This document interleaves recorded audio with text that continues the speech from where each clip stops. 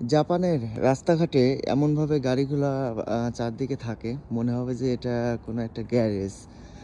কারণ কি জাপানের বেশিরভাগ জায়গাতেই কিন্তু প্রচুর পরিমাণে গাড়ি এবং জাপানিরা প্রায় বাসাতেই ২ টা ৩ টা করে গাড়ি থাকে। এমনকি স্বামীর একটা গাড়ি, স্ত্রীর একটা গাড়ি। এরকম কিন্তু বেশিরভাগ জায়গাতেই দেখা যায়। যার কারণে জাপানের জায়গাও অনেক কম। বেশিরভাগ জায়গায় আপনার পাহাড় পর্বতে অনেকটা ঘেরাও। যার কারণে কিন্তু উঁচা-নিচা অনেক জায়গা থাকার কারণে গাড়ি সেভাবে রাখার জায়গাও সেরকম নাই। এজন্য জাপানিজদের বাড়িগুলা অনেক ছোট, ছোট হয় এবং গাড়িগুলা রাখার জন্য আপনার কিন্তু সেরকম জায়গা পায় না। যেখানে সেখানে এমনভাবে ফেলে রাখে, মনে হবে কি যে আমাদের দেশে যেভাবে সাইকেলের আমরা মূল্যায়ন করি না, যেখানে সেখানে ফেলে রাখি, সেখানে কিন্তু তারা ফেলে রাখে। তবে জাপানের এই গাড়িগুলা রাখার জন্য কিন্তু বিভিন্ন জায়গায় গ্যারেজ আছে। গ্যারেজ বলতে আপনার পার্কিং যে এরিয়াটা, এটা কিন্তু পার্কিং এরিয়া।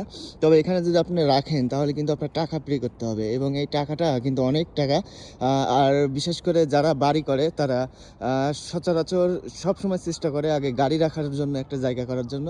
এবং বিভিন্ন মার্কেট আছে যে মার্কেটগুলোতে কিন্তু আপনার গাড়ি রাখার যদি জায়গা না থাকে তাহলে কিন্তু সেখানে কিন্তু আপনার সেরকম কাস্টমার হয় না। এইজন্য জাপানের একটা অনেক গুরুত্বপূর্ণ বিষয়, তারা আগে সবসময় চেষ্টা করে একটা পার্কিং এরিয়া করার জন্য। আর যারা এই পার্কিং এরিয়াগুলা বিভিন্ন ধরনের বিজনেস করে তাদের কিন্তু আরও অনেক টাকা হয়, কারণ সব জায়গাতে এখানে দেখেন একটা মাঠ, একটা বাড়ির সামনে এখানে কিন্তু পার্কিং এরিয়া করে রাখছে। আর এখানে গাড়ি রাখতে হলে হয়তোবা আপনার সর্বনিম্ন ২৪ ঘন্টা যদি রাখেন তাহলে কিন্তু ৫০০ ইয়েন করে আপনার এখানে জমা দিতে হবে। তবে যারা বছর চুক্তি রাখে তারা অনেকটা ছাড় পায়। তবে এভাবে কিন্তু জাপানে আপনার বিভিন্ন জায়গায় এই বিজনেসটা অনেক ভালোভাবে কিন্তু সফল।